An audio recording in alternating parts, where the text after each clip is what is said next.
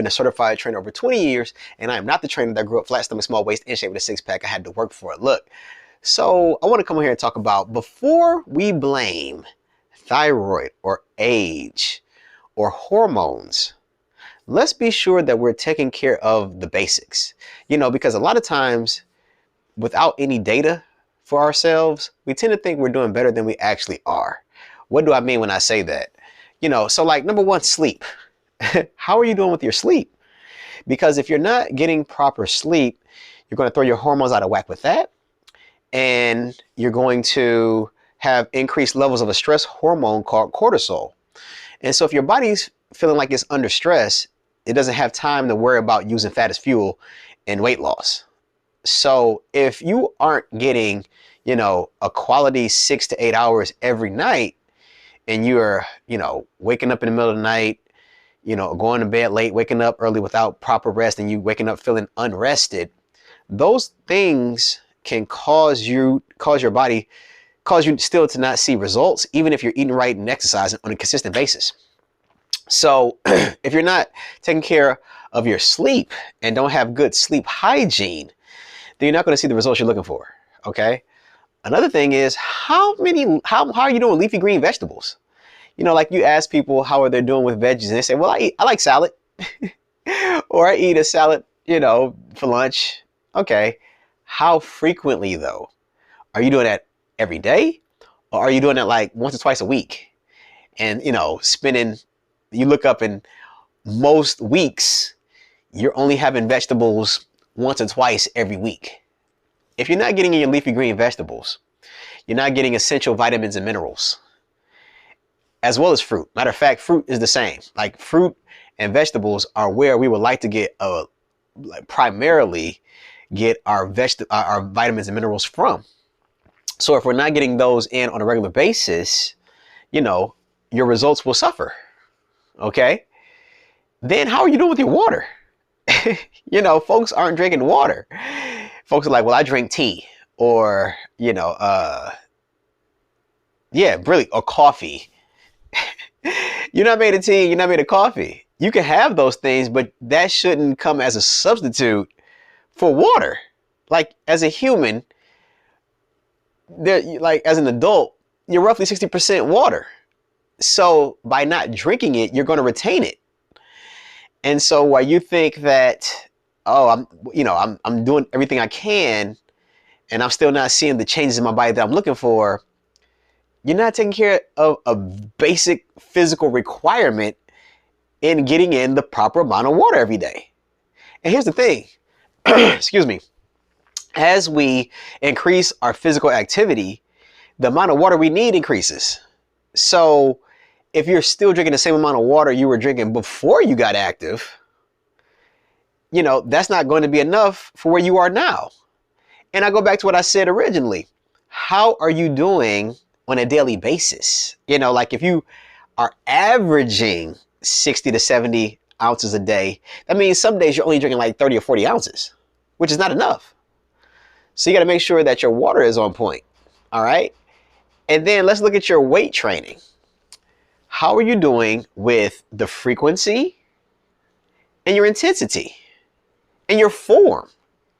If you're just going through the motions, you're not going to see the maximum amount of results that you could if you were focusing better on your form.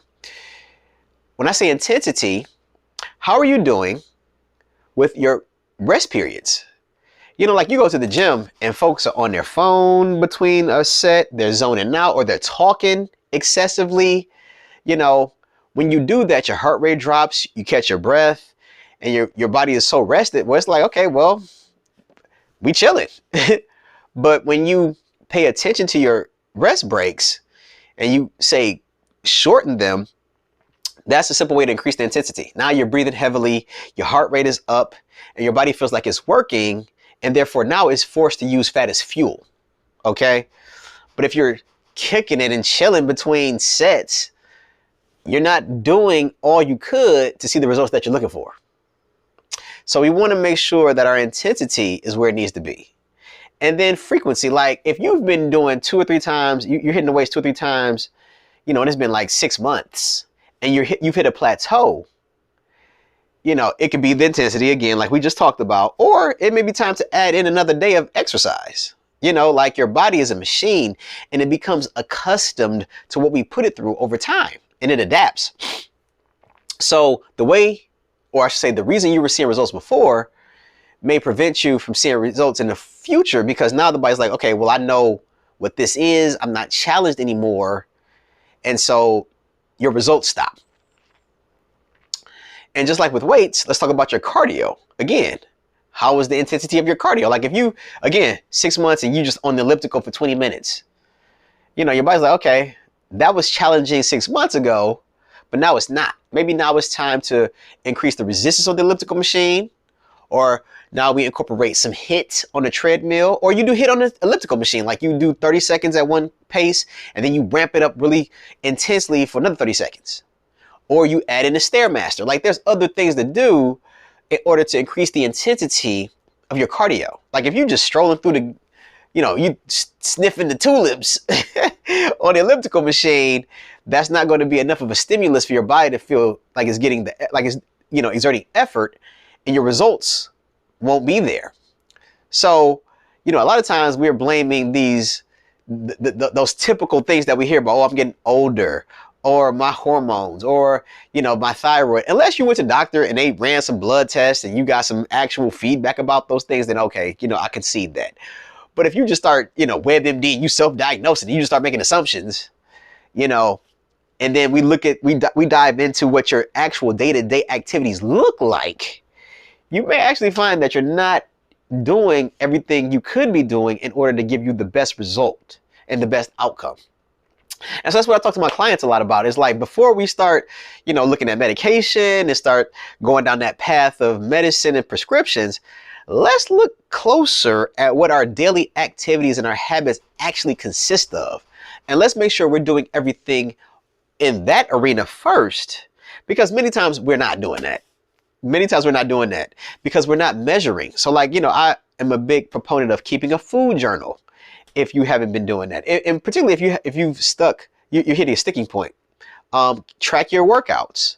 You know, pay attention to how much rest you're taking between exercises. Like implement these simple pieces and these simple tactics can yield great results. A lot of times when we're looking for big results, we think we have to do this big thing, but many times it's just the doing of small things done consistently that add up to the big results.